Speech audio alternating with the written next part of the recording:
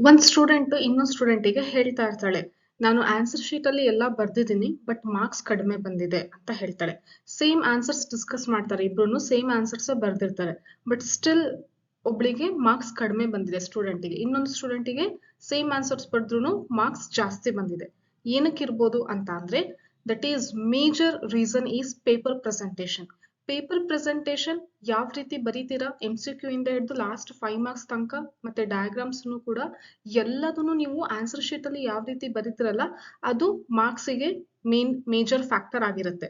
ನೀವು ಚೆನ್ನಾಗಿ paper presentation ಮಾಡಿದೀರಾ ಅಂದ್ರೆ ನೀವು ಮುಂಚೆಕ್ಕಿಂತ ಒಂದು 10, 15, 20, 25 ಮಾರ್ಕ್ಸ್ ಅಷ್ಟು ಇನ್ಕ್ರೀಸ್ ಮಾಡ್ಕೋಬಹುದು. ನೀವು ಮಾಡ್ತಿರೋಂತ ಈ ಸಿಲ್ಲಿ ಮಿಸ್ಟೇಕ್ಸ್ ಇಂದಾನೆ ನಿಮ್ಮ ಮಾರ್ಕ್ಸ್ ಕಡಿಮೆ ಆಗ್ತಾ ಇರುತ್ತೆ.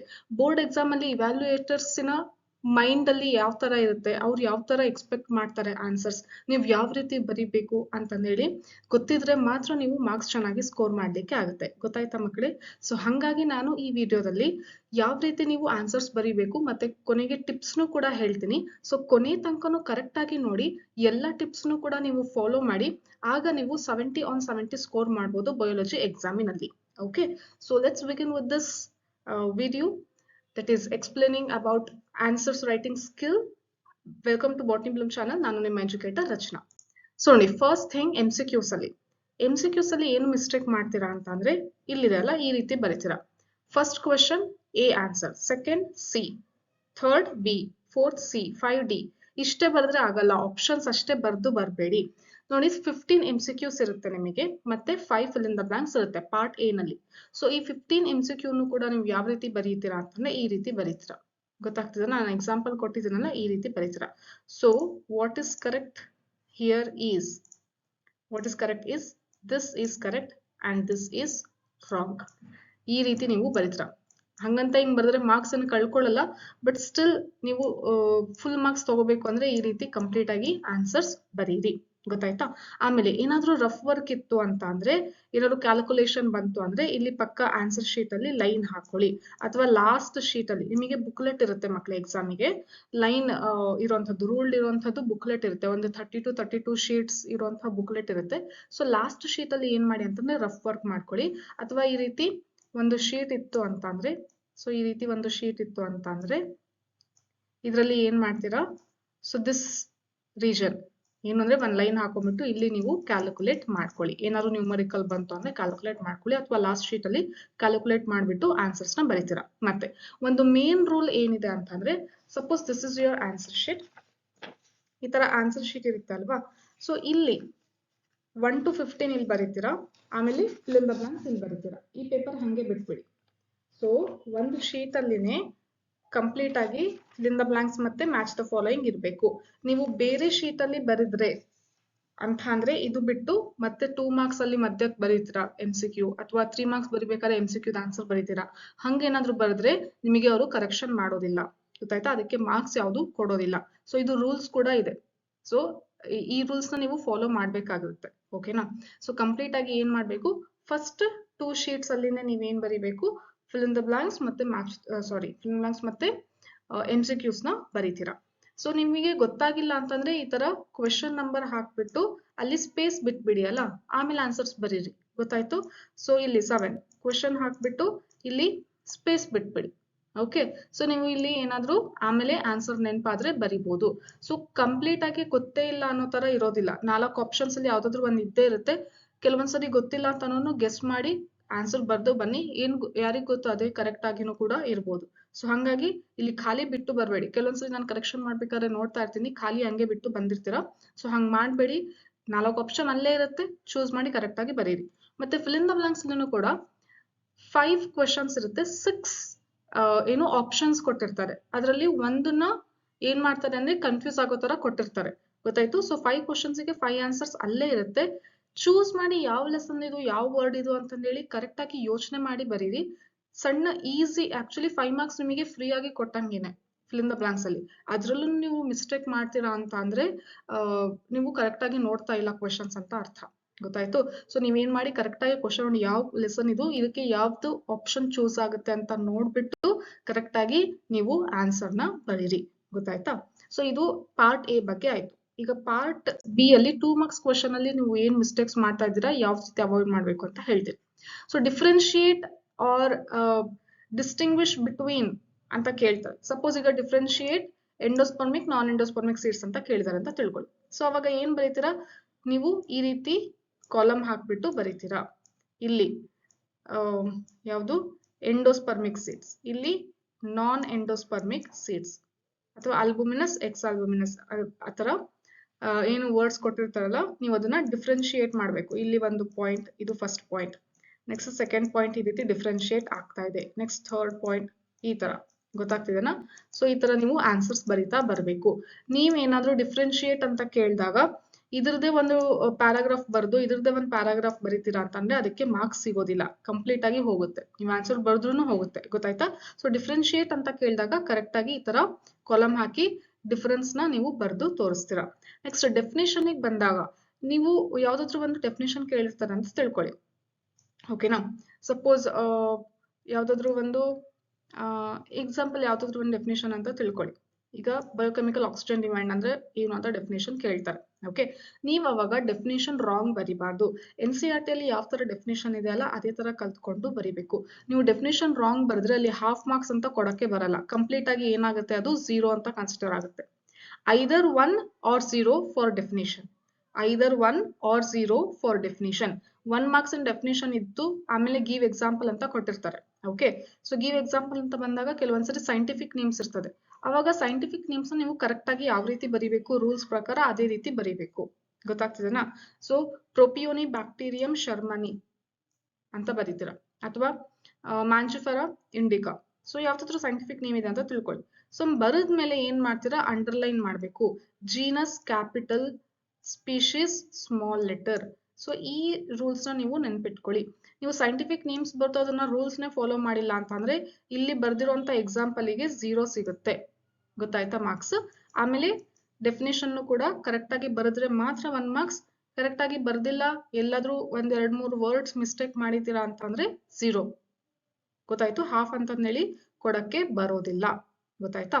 ನೆಕ್ಸ್ಟ್ ಪ್ರಿಸೈಸ್ ಇರ್ಲಿ ಆನ್ಸರ್. 2 ಮಾರ್ಕ್ಸ್ ಕೇಳಿದರೆ ಅದಕ್ಕೆ ನಿಮಗೆ ಆನ್ಸರ್ ಗೊತ್ತಿದೆ ಅಂತಂದೇಳಿ ಜಾಸ್ತಿ ಬರೀಲಿಕ್ಕೆ ಹೋಗ್ಬೇಡಿ. ಪಾಯಿಂಟ್ ಟು ಪಾಯಿಂಟ್ ಎಷ್ಟು ಬರಿಬೇಕು ಅಷ್ಟೇ ಬರೀರಿ. ಗೊತ್ತಾಯ್ತಾ? So this is for 2 marks question. And 3 marks question ಗೆ ಏನ್ ಮಾಡ್ಬೇಕು, ಕೆಲವೊಂದ್ಸರಿ ಬ್ರೀಫ್ಲಿ ಎಕ್ಸ್ಪ್ಲೇನ್ ಅಂತಂದೇಳಿ ಯಾವ್ದಾದ್ರು ಕಾನ್ಸೆಪ್ಟ್ ಕೇಳಿದಾರೆ ಅಂತ ತಿಳ್ಕೊಳ್ಳಿ. ಸೊ ಅವಾಗ ಏನ್ ಮಾಡ್ತೀರಾ ಅಂತ ಅಂದ್ರೆ ಪಾಯಿಂಟ್ಸ್ ವೈಸ್ ಬರಿತಾ ಬನ್ನಿ. ಗೊತ್ತಾಯ್ತು? ಸೊ ಏನ್ ಕೇಳಿದಾರೆ ಕ್ವಶನ್ ಅದ್ರದ್ದು ಪಾಯಿಂಟ್ಸ್ ವೈಸ್ ಡಿಸ್ಕ್ರೈಬ್ ಮಾಡ್ಕೊಂತ ಬನ್ನಿ. ಅವ್ರು ಡಿಸ್ಕ್ರೈಬ್ ಅಂತ ಕೇಳ್ತಾರೆ, ಬ್ರೀಫ್ಲಿ ಎಕ್ಸ್ಪ್ಲೇನ್ ಅಂತ ಕೇಳ್ತಾರೆ 3 ಮಾರ್ಕ್ಸ್ ಮೇನ್ ಅಲ್ಲಿ. ಅಥವಾ ಇನ್ನೊಂದು ಇಲ್ಲಿ ಗಮನ ಇಟ್ಕೋಬೇಕಾಗಿರೋದು ಏನಂದ್ರೆ ಸಬ್ಸ್ಟಾನ್ಶಿಯೇಟ್, ಜಸ್ಟಿಫೈ, ಗಿವ್ ರೀಸನ್ ಈ ರೀತಿ ಕೇಳ್ತಾರೆ. ಸಪೋಸ್ ಈ ರೀತಿ ಕ್ವಶನ್ ಇದೆ ಅಂತ ತಿಳ್ಕೊಳ್ಳಿ. Cross pollination does not takes place in cleistogamous flower. Substantiate ಅಂತ ಕೇಳ್ತಾರೆ ಅಂದ್ರೆ ಏನರ್ಥ? ಕ್ರಾಸ್ ಪಾಲಿನೇಷನ್ ಕ್ಲೀಸ್ಟೋಗ್ಯಾಮಸ್ ಫ್ಲವರ್ಸ್ ಅಲ್ಲಿ ಆಗೋದಿಲ್ಲ. ಯಾಕೆ, ಏನು ರೀಸನ್ ಅಂತ ಕೇಳಿದಾಗ ನೀವು ಆನ್ಸರ್ ಏನಂತ ಬರೀತೀರಾ, cross pollination does not takes place in cleistogamous flowers because ಅಂತ ಕೇಳ್ತೀರಾ, ಅಥವಾ ಅದ್ರ ರೀಸನ್ ಬರೀತೀರಾ. ಅಥವಾ yes, cross pollination does not takes place in cleistogamous flowers because ಅಂತ ಬರೀತೀರಾ. ಗೊತ್ತಾಯ್ತಾ? ಸೊ ಈ ರೀತಿ ಆನ್ಸರ್ ಬರೀಬೇಕು. ಕ್ವಶನ್ ಅಲ್ಲಿ ಇರುವಂತ ಕೀವರ್ಡ್ಸ್ ನೀವು ಆನ್ಸರ್ ಅಲ್ಲಿ ಇನ್ಕ್ಲೂಡ್ ಮಾಡ್ತಾ ಬನ್ನಿ, ಚೆನ್ನಾಗಾಗತ್ತೆ. ಓಕೆ, ಬಿಕಾಸ್ ಅಂತ ಬರ್ದು ಏನಂತ ಆನ್ಸರ್ ಬರೀತೀರಾ, cleistogamous flowers are always closed, so because of this there is no pollination occurs in between other flowers. So pollination takes place inside the flower only. So that's why there is no cross pollination in Cleistogamous flower. So ಈ ರೀತಿ ಬರೆದ್ರೆ ನಿಮಗೆ ಆರಾಮಾಗಿ ಏನು 3 marks ಕೊಡ್ಬೇಕಾಗಿರುತ್ತೋ ಆ ರೀತಿ ಕೊಡ್ತಾರೆ. ಗೊತ್ತಾಯ್ತು? ಸೊ ಈ ತರ ನೀವು ಫಾಲೋ ಮಾಡ್ತೀರಾ ಆನ್ಸರ್ಸ್ ಬರೀಬೇಕಾದ್ರೆ. ಕರೆಕ್ಟ್ ಆಗಿ ಏನಾದ್ರು ಸ್ಟೇಟ್ಮೆಂಟ್ ಇದ್ರೆ ಅದನ್ನ ಜಸ್ಟಿಫೈ ಮಾಡಿ ಆನ್ಸರ್ ಹೇಳಿ. ಎಸ್ ಅಥವಾ ನೋ, ಯಾಕೆ, ಹೌದು, ಇಲ್ಲ, ಯಾಕಂದ್ರೆ ಅಂತಂದೇಳಿ ಈ ರೀತಿ ನೀವು ಬರೀಬೇಕಾಗುತ್ತೆ ಆನ್ಸರ್ಸ್ ಅಲ್ಲಿ. ಗೊತ್ತಾಯ್ತಾ? So this you need to make sure for 3 marks. Then 5 marks ಗೆ ಬಂದಾಗ ನೀವೇ ಹೇಳಿ, ನೀವು ಒಬ್ರು ಕರೆಕ್ಷನ್ ಮಾಡ್ತಾ ಇದ್ದೀರಾ, ನಿಮ್ಮ ಫ್ರೆಂಡಿನ ಪೇಪರ್ ಬರ್ದಿದ್ದಾರೆ ಅಂತ ತಿಳ್ಕೊಳ್ಳಿ. ಓಕೆ, ಯಾವ್ದೋ ಒಂದು ಪೇಪರ್ ಬಂದಿದೆ, ನೀವು ಕರೆಕ್ಷನ್ ಮಾಡ್ತಾ ಇದ್ದೀರಾ. ಎ ಗೆ ಮಾರ್ಕ್ಸ್ ಕೊಡ್ತೀರಾ ಫುಲ್, ಬಿ ಗೆ ಮಾರ್ಕ್ಸ್ ಕೊಡ್ತೀರಾ. 5 ಔಟ್ ಆಫ್ 5 ಯಾರಿಗೆ ಕೊಡ್ತೀರಾ? ಇಲ್ಲಿ ನೀವು ಮಾರ್ಕ್ಸ್ ಕೊಡಂಗಿದ್ರೆ ಎಷ್ಟು ಮಾರ್ಕ್ಸ್ ಕಟ್ ಮಾಡ್ತೀರಾ? ಇಲ್ಲಿ ನೋಡಿದ ತಕ್ಷಣನೇ ಇಲ್ಲಿ ಏನ್ ಕಾಣ್ತಾ ಇದೆ, ಸ್ಕ್ರಿಬ್ಲಿಂಗ್ ಕಾಣ್ತಾ ಇದೆ. ಇಲ್ಲೊಂದು, ಇಲ್ಲಿ ಸ್ಕ್ರಿಬ್ಲಿಂಗ್ ಮಾಡಿದ್ದಾರೆ. ಓಕೆ, ಆಮೇಲೆ ಇನ್ನೊಂದು ಏನ್ ಮಿಸ್ಟೇಕ್ ಅಂದ್ರೆ it is written in paragraph. Complete ಆಗಿ ಆನ್ಸರ್ ಯಾವ ರೀತಿ ಬರ್ತಾರೆ ಪ್ಯಾರಾಗ್ರಾಫ್. ಕ್ವಶನ್ ಏನ್ ಕೇಳಿದ್ದು, ಪೋಲನ್ ಪಿಸ್ಟಲ್ ಇಂಟರಾಕ್ಷನ್. ಹೌದಾ? ಸೊ ಪೋಲನ್ ಪಿಸ್ಟಲ್ ಇಂಟರಾಕ್ಷನ್ ಅಂತಂದೇಳಿ ಬರ್ದ್ಬಿಟ್ಟು ಆನ್ಸರ್ ಸ್ಟಾರ್ಟ್ ಮಾಡಿರೋದು ಇಲ್ಲಿ. ಇಲ್ಲಿ ನೋಡಿ ಯಾವ ರೀತಿ ಇದೆ, ಪಾಯಿಂಟ್ ವೈಸ್ ಇದೆ, ಪಾಯಿಂಟ್ ವೈಸ್ ಆನ್ಸರ್ ಇದೆ. ಮತ್ತೆ ಅಂಡರ್ಲೈನ್ ಮಾಡಿದೆ ನೋಡಿ, ರಿಜೆಕ್ಟ್ಸ್ ಗೆ ಏನಾಗಿದೆ, ಅಂಡರ್ಲೈನ್ ಇದೆ. ಇಲ್ಲಿ ಕೆಮಿಕಲ್ ಕಾಂಪೋನೆಂಟ್ಸ್ ಇಲ್ಲಿನೂ ಕೂಡ ಏನಿದೆ, ಅಂಡರ್ಲೈನ್ ಇದೆ. ಸೊ ನೀವು ಈ ರೀತಿ ಪೆನ್ಸಿಲ್ ಇಂದ ಅಂಡರ್ಲೈನ್ ಮಾಡ್ತೀರಾ. ಪೆನ್ ಬ್ಲಾಕ್ ಆರ್ ಬ್ಲೂ ಯಾವ್ದಾದ್ರು ಬರೀಬಹುದು.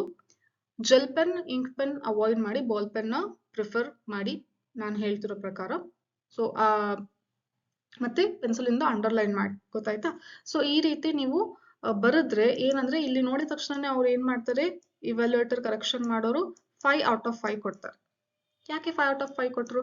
ಚೆಕ್ ಮಾಡಿದ್ರು. ಇಲ್ಲಿ ಮೇನ್ ಪೂರ್ತಿ ಆನ್ಸರ್ ನೋಡಕ್ ಹೋಗಿಲ್ಲ, ಜಸ್ಟ್ ನೀವು ಅಂಡರ್ಲೈನ್ ಮಾಡಿರುವಂತಹ ಪಾಯಿಂಟ್ಸ್ ಅಷ್ಟೇ ನೋಡಿದ್ದಾರೆ. ಅವಾಗ ಅವ್ರಿಗೆ ನೋಡಿದ ತಕ್ಷಣ ಗೊತ್ತಾಯ್ತು ಈ ಸ್ಟೂಡೆಂಟು ಕರೆಕ್ಟ್ ಆಗಿ ಬರ್ದಿದ್ದಾರೆ ಅಂತ. ಯಾಕಂದ್ರೆ ಅಲ್ಲಿ ಯೂಶಲಿ ನಿಮ್ಮ ಕಾಲೇಜಸ್ ಅಲ್ಲಿ ಏನಾಗುತ್ತೆ ಅಂತಂದ್ರೆ ನೇಮ್ ಇರುತ್ತೆ, ಯೂಶಲಿ ಟಾಪರ್ಸ್ ಅಂತ ಗೊತ್ತಿರ್ತಾರೆ, ಅಥವಾ ಇವರು ಚೆನ್ನಾಗಿ ಓದಲ್ಲ ಅಂತ ಗೊತ್ತಿರ್ತಾರೆ. ಬಟ್ ಬೋರ್ಡ್ ಎಕ್ಸಾಮ್ ಅಲ್ಲಿ ಏನಾಗುತ್ತೆ ಅಂತಂದ್ರೆ ಜಸ್ಟ್ ರಿಜಿಸ್ಟರ್ ನಂಬರ್ ಅಷ್ಟೇ ಇರುತ್ತೆ. ನೀವು ಯಾವ ಸ್ಟೂಡೆಂಟ್, ಏನು ಕಾಲೇಜು, ನಥಿಂಗ್ ಏನು ಗೊತ್ತಿರೋದಿಲ್ಲ.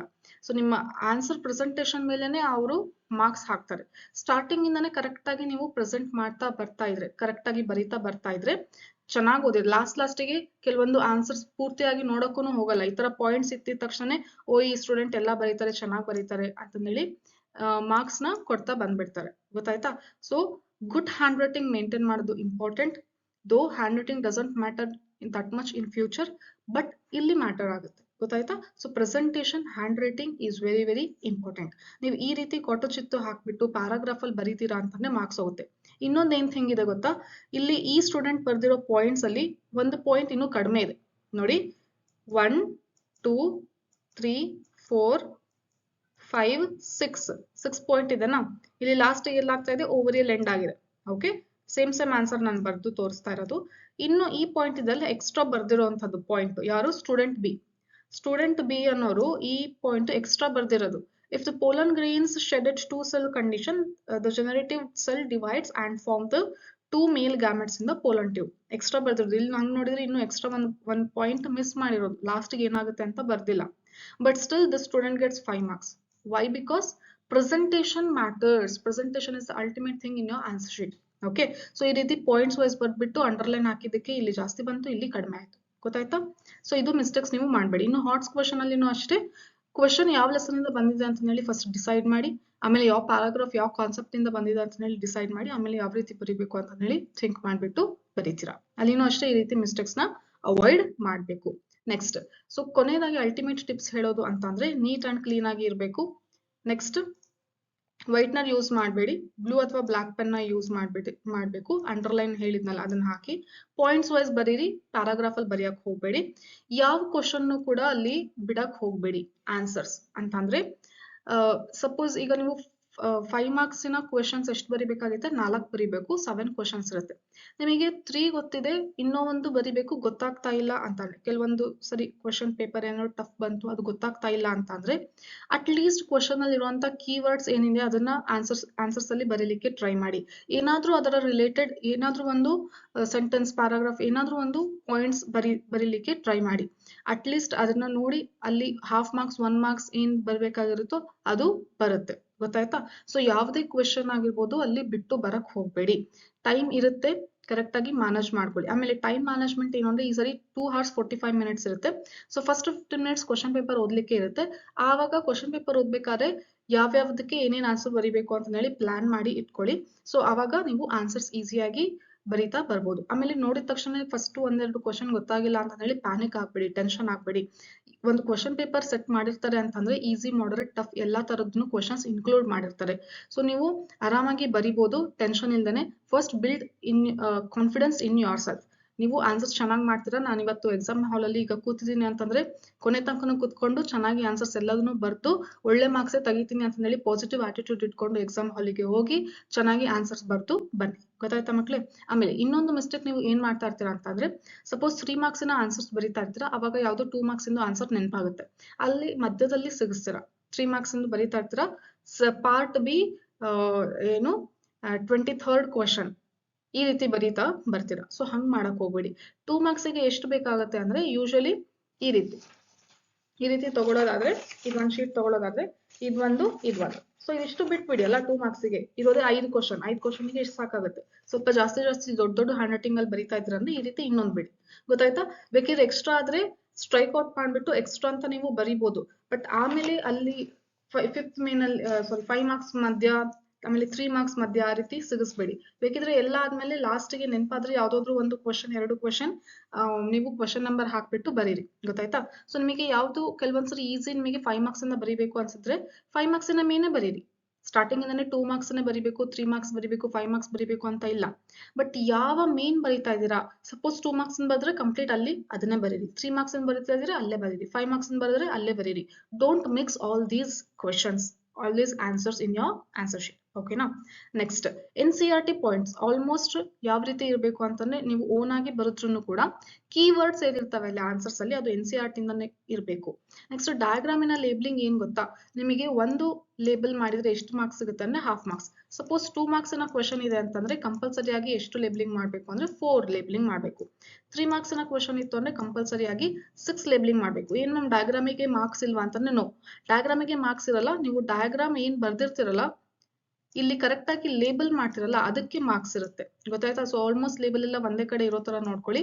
ತೀರಾ ಚಿಕ್ಕದನ್ನು ಕೂಡ ಬರಿಬೇಡಿ ಡಯಾಗ್ರಾಮ್, ತೀರಾ ದೊಡ್ಡದನ್ನು ಕೂಡ ಬರಿಬೇಡಿ. ಒಂದು ಆನ್ಸರ್ ಶೀಟ್ ಇತ್ತು ಅಂದ್ರೆ ಅದರಲ್ಲಿ 75% ನಿಮ್ದು ಡಯಾಗ್ರಾಮ್ ಫಿಲ್ ಆಗಿರ್ಬೇಕು. ಇಷ್ಟು ಬರ್ದ್ರೆ ಸಾಕು ಡಯಾಗ್ರಾಮ್. ಗೊತ್ತಾಯ್ತಾ? ಇದಕ್ಕೆ ಕೆಳಗಡೆ ಆ ಡಯಾಗ್ರಾಮಿನ ನೇಮ್ ಬರೀರಿ, ಆಮೇಲೆ ಇಲ್ಲಿ ಲೇಬಲಿಂಗ್ ಮಾಡ್ತಾ ಬನ್ನಿ. ಗೊತ್ತಾಯ್ತಾ? ಸೊ ಈ ರೀತಿ ನೀವು ಡಯಾಗ್ರಾಮ್ ಬರಿಬೇಕು. ನೆಕ್ಸ್ಟ್ 5 ಮಾರ್ಕ್ಸ್ ಅಲ್ಲಿ ಡಯಾಗ್ರಾಮ್ ಕ್ವಶನ್ ಕೇಳಿದ್ದಾರೆ ಅಂತಂದ್ರೆ ಇಲ್ಲಿ ಕಂಪಲ್ಸರಿ ಆಗಿ ಎಷ್ಟು ಲೇಬಲಿಂಗ್ ಇರಬೇಕು, 10 ಲೇಬಲಿಂಗ್ ಇರಲೇಬೇಕು. ಸಪೋಸ್ ನೀವು ಇವಾಗ 9 ಲೇಬಲಿಂಗ್ ಬರ್ದಿರಾ ಅಂತಂದ್ರೆ ಅಲ್ಲಿ ಹಾಫ್ ಮಾರ್ಕ್ಸ್ ಕಟ್. ಗೊತ್ತಾಯ್ತಾ? ಸೊ ಆ ಲೇಬಲಿಂಗ್ ಹೆಂಗಿರ್ಬೇಕು, ಪಾರ್ಟ್ಸ್ ಹೆಂಗಿರ್ಬೇಕು ಅಂದ್ರೆ ಕರೆಕ್ಟ್ ಆಗಿ ಕಾಣಿಸ್ತಾ ಇರಬೇಕು. ಸೊ ಆ ರೀತಿ ಡಯಾಗ್ರಾಮ್ ಬರೆಯೋದನ್ನ ಪ್ರಾಕ್ಟೀಸ್ ನೀವು ಮಾಡ್ಕೊಳ್ಳಿ. ನೆಕ್ಸ್ಟ್ MCQ ಅಲ್ಲಿ ಬರಿಬೇಕಾದ್ರೆ ಫಸ್ಟ್ ಒಂದು ಆನ್ಸರ್ ಬರೀತೀರಾ, ಆಮೇಲೆ ಓವರ್ ಥಿಂಕ್ ಮಾಡಿ ಅಯ್ಯೋ ಇದಿರ್ಬೋದೇನೋ ಅಂತಂದೇಳಿ ಅದನ್ನ ಸ್ಟ್ರೈಕ್ ಔಟ್ ಮಾಡಿ ಮತ್ತೆ ಇನ್ನೊಂದು ಆನ್ಸರ್ ಬರೀತೀರಾ. ಹಂಗ್ ಮಾಡಕ್ ಹೋಗ್ಬೇಡಿ. Trust your first instinct. ನಿಮಗೆ ಫಸ್ಟ್ ಏನ್ ಅನ್ಸುತ್ತೆ ಆನ್ಸರ್ ಅದೇ ಕರೆಕ್ಟ್ ಇರುತ್ತೆ, ಅದನ್ನೇ ನೀವು ಬರೀತಾ ಬನ್ನಿ. ನೆಕ್ಸ್ಟ್ ಎಕ್ಸಾಮ್ ಹಾಲ್ ಅಲ್ಲಿ ಬೇರೆಯವ್ರ ಜೊತೆ ಡಿಸ್ಕಸ್ ಮಾಡ್ಬಿಟ್ಟು ನೀವು ಬರ್ದಿರೋ ಆನ್ಸರ್ನ ಸ್ಟ್ರೈಕ್ ಔಟ್ ಮಾಡ್ಬಿಟ್ಟು ಅದನ್ನ ಇನ್ನೊಬ್ರು ಹೇಳಿದ್ನ ಬರೆಯಕ್ ಹೋಗ್ಬೇಡಿ. ನಿಮಗೆ ಗೊತ್ತಿರೋದಿಲ್ಲ ಬೋರ್ಡ್ ಎಕ್ಸಾಮ್ ಅಲ್ಲಿ ಯಾರು ಅವರು ಟಾಪರ್ಸೇ ಇರ್ತಾರ ಅಥವಾ ಅವರು ಯಾವ ರೀತಿ ಎಂತ ಸ್ಟೂಡೆಂಟ್ಸ್ ಇರ್ತಾರೆ ಅಂತ ಗೊತ್ತಿರಲ್ಲ. ಕೆಲವೊಂದ್ಸರಿ ಟಾಪರ್ಸ್ ಇದ್ರೂ ಕೂಡ ಅವರು ಆನ್ಸರ್ ಮಿಸ್ಟೇಕ್ ಮಾಡಿರ್ತಾರೆ. ಸೊ ಕೆಲವೊಂದ್ಸರಿ ಒಂದೊಂದು ಎಕ್ಸಾಮ್ ಹಾಲ್ ಅಲ್ಲಿ ಡಿಸ್ಕಸ್ ಮಾಡ್ತಿರ್ತಾರೆ, ಅದನ್ನ ನೀವು ಕೇಳಿಸ್ಕೊಳ್ಳೋಕೆ ಹೋಗ್ಬೇಡಿ. ನಿಮಗೆ ಕರೆಕ್ಟ್ ಆಗಿ ಏನ್ ಆನ್ಸರ್ ಅನ್ಸಿದೆ ಅದನ್ನ ನೀವು ಬರೀಲೇಬೇಕಾಗುತ್ತೆ. ಗೊತ್ತಾಯ್ತು? ಸೊ ಇದಿಷ್ಟನ್ನ ಫಾಲೋ ಮಾಡಿದ್ದೀರಾ ಅಂದ್ರೆ nobody will stop you to score out of out. But thing is answers correct ಇರಬೇಕು, ಅದು ಮಾತು ಬೇರೆ. ಬಟ್ ಪ್ರೆಸೆಂಟೇಷನ್ ಮ್ಯಾಟರ್ ಬಂದಾಗ ನೀವು ಇದಿಷ್ಟನ್ನು ಫಾಲೋ ಮಾಡಿದ್ದೀರಾ ಅಂತಂದ್ರೆ ಔಟ್ ಆಫ್ ಔಟ್ ಸ್ಕೋರ್ ನೀವು ಮಾಡ್ತೀರಾ. ಗೊತ್ತಾಯ್ತು? ಸೊ ಇದೆಲ್ಲ ಟಿಪ್ಸ್ ನಿಮಗೆ ಹೆಲ್ಪ್ಫುಲ್ ಅನ್ಸಿದ್ರೆ please do like this and share this with your other friends also, ಅವ್ರಿಗೂ ಕೂಡ ಹೆಲ್ಪ್ ಆಗುತ್ತೆ. Then make sure you have subscribe this channel for more useful videos like this. ಮುಂದೆನೂ ಕೂಡ ಇದೇ ರೀತಿ ಯೂಸ್ಫುಲ್ ವಿಡಿಯೋಸ್ ಮಾಡ್ತಾ ಇರ್ತೀನಿ, NEET KCET board exam related. So subscribe this and press the bell icon, and I'll meet you in the next video. Good luck for your preparation. Bye.